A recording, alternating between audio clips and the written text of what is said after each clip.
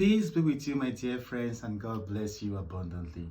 We are going to continue with Numbers chapter 11, and we will continue to examine the weaknesses of Moses as a leader. There were some foreigners traveling with the Israelites. They had a strong craving for meat, and even the Israelites themselves began to complain. If only we could have some meat. In Egypt, we used to eat all the fish we wanted, and it cost us nothing. Remember the cucumbers, the watermelons, the leeks, the onions, the garlic we had. But now our strength is gone. There is nothing at all to eat.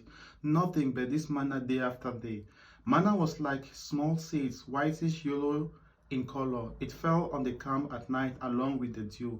The next morning, the people would go around and gather it, grind it or pound it into flour, and then boil it and make it into flakes, cakes. It tasted like bread baked with olive oil. My dear friends, the people kept on complaining again and again. But what did Moses do? Moses heard all the people's complaint as they stood about in groups at the entrance of the tent. He was distressed because the Lord was angry with them, and he said to the Lord, "Why have you treated me so badly? Why are you displeased with me? Why have you given me the responsibility for all these people? I did not create them or bring them to birth. Why should you ask me to act like a nurse and carry them in my arms like babies, all the way to the land you promised to their ancestors? Where could I get enough meat for all these people?" They kept on whining and asking for meat. "I can't be responsible for all these people by myself. It is too much for me. If you are going to treat me like this, take pity on me and kill me so that I won't have to endure your cruelty any longer." My dear friends, Moses felt this people's complaint. These people kept on complaining. What these people needed was a motivation, a talk just to motivate them and give them the importance of manna over the junks of the world, or called the junks of the world because they had cravings of meat, fish, and all these type of things. These were like junks, or call them junks, because if we all understood the meaning of mannas came from heaven, and these were the food that angels eat. Natural, pure, so beautiful. But Moses would have taken the time to motivate them and give them the importance of manna over the junks of this food. But what did he do? He started complaining. And this complaining led him to start questioning God and judging God. My dear brothers and sisters, that was the mistake that Moses did. We leaders at times, when we see a group of people gathered and they complain and they keep on repeating the complaining, we have to give them some motivational talk, because they need something. They need to hear something, you know.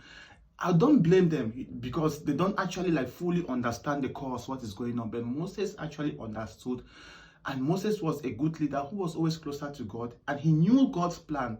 So Moses would have asked God, why or what is the importance of manna over the things of the food of Israel? Moses did not ask, but Moses kept on complaining. Let us continue.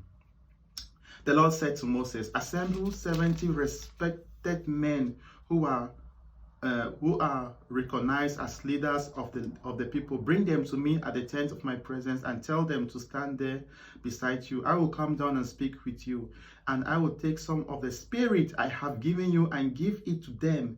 Then they can help you to bear the responsibility for these people, and you will not have to bear it alone. Now tell the people, purify yourselves, for tomorrow you will have to eat meat. The Lord has heard you whining and saying that you wish you had some meat and that you were better off in Egypt. Now the Lord will give you meat, and you will have to eat it. You will have to eat it not just for 1 or 2 days, or for 5 or 10 days, or even 20 days, but for a whole month, until it comes out of your ears, until you are sick of it. This will happen because you have rejected the Lord who is here amongst you, and have complained to him that you should not have left Egypt." Moses complained to the Lord. And what does the Lord do? The Lord says, "Gather 70 elders that you think they can be leader and bring them to me.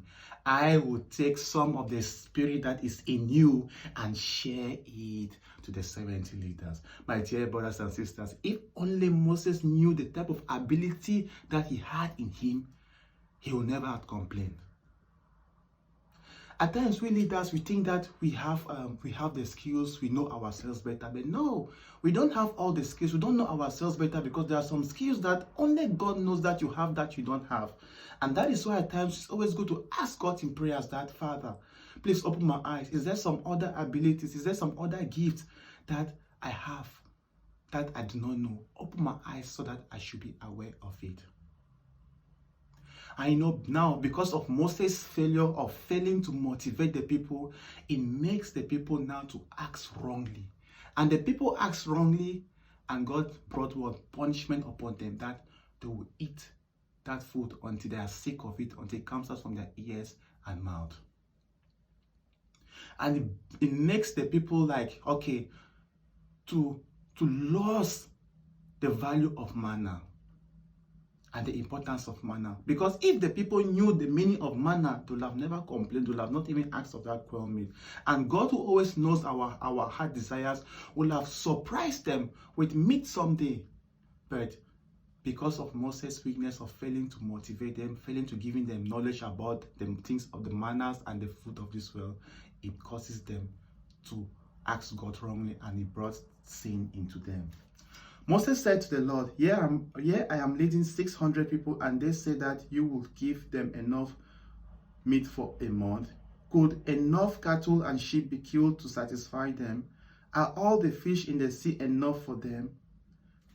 Moses start again to question God, if God will be able to feed these 600,000 people with food. But this was the same Moses that God used to perform miracles against the 10 plagues of Pharaoh in Egypt. It was the same Moses that God used at his command to command the Red Sea, and the Red Sea opened. But today, Moses is doubting God because of what? He is being blinded by the people. He fails and he complains to an extent that the complaints start making you to doubt the ability of God. And this is what is happening to some leaders today. When you complain, it starts making you to doubt whether God exists. It starts making you to doubt the ability and the powers of God, and that is how you start falling. And this is the reply God gave to him. Is there a limit to my power? The Lord answered, you will see whether I have said what I have said will happen or not. God repeated again, is there a limit to my power? The Lord answered, you will soon see whether what I have said will happen or not. So my dear brothers and sisters, if you're in a situation that you are doubting God's ability, then you have to repeat this word, Numbers chapter 11 verse 23, and you are going to see the miracles and the powers of God in any situation that you find yourself in. So Moses went out and told the people what the Lord had said. He assembled 70 of the leaders and placed them round the tent. Then the Lord came down in the cloud and spoke to them. He took some of the spirit he had given to Moses and gave it to the 70 leaders. When the spirit came on them, they began to shout like prophets, but not for long. Two of the 70 leaders, Eldad and Medad, had stayed in the camp and had not gone out to the tent. There in the camp, the spirit came on them, and they too began to shout like prophets. A young man ran out to tell Moses what Eldad and Medad were doing. Then Joshua, son of Nun, who had been Moses' helper since he was a young man, spoke up and said to Moses, stop them, sir. Moses answered, are you concerned about my interest?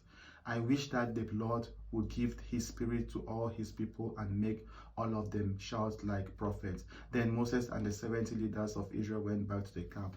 Now Moses is disappointed. Moses feels ashamed from the way he speaks, because he thought that maybe God was going to take some powers above to get to the 70 leaders, but God took his powers away from him and shared to the people.